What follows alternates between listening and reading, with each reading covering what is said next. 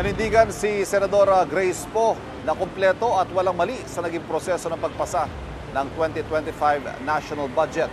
Si Poe ang chairperson ng Senate Finance Committee na nanguna sa pag-aaral at pagdepensa sa budget. May unang balita si Joseph Moro. Bilang chairman ng Senate Finance Committee, si Senadora Grace Poe ang nanguna sa pag-aaral at pagdepensa ng panukalang 2025 national budget.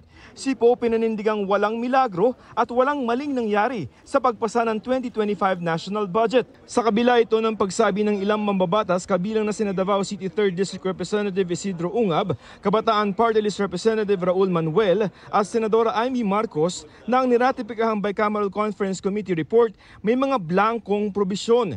But in terms of stages, from BICAM report na blanco and then enrolled bill with figures, sinong gumawa nun? No, alam mo, pag sa enrolled bill, yun yung pinaka-importante doon sa BICAM.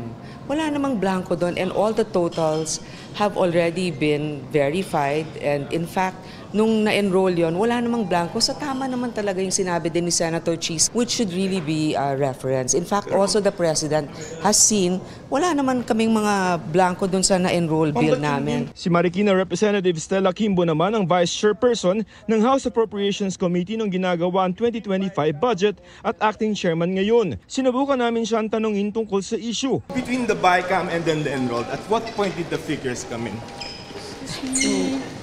Yeah? Ba't tayo na sumagot? Bakit tayo sagutin? If it's just a procedural thing for Congress. Nasagot na lahat. Paano, ma'am?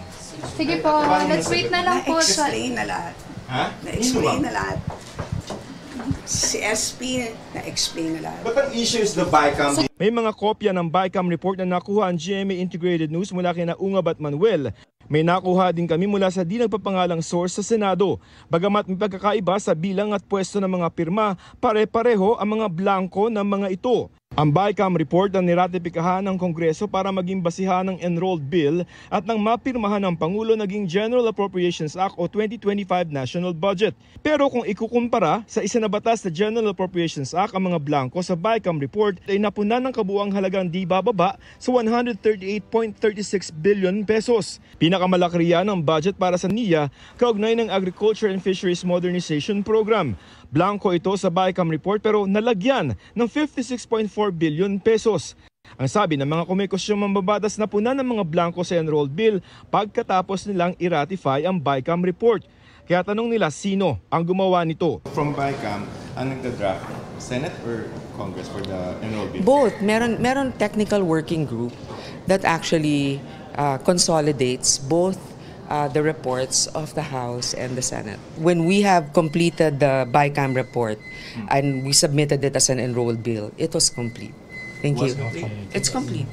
Sinabi naman ni Senate President Chisa Escudero na may probisyon sa Bicameral Conference Committee report na kung may kaibahan ng BICAM report at ang enrolled bill ang masusunod. Naghahanda na ang ilang grupo na questionin sa Korte Suprema ang legalidad ng 2025 national budget. Ito ang unang balita. Joseph Morong para sa GMA Integrated News.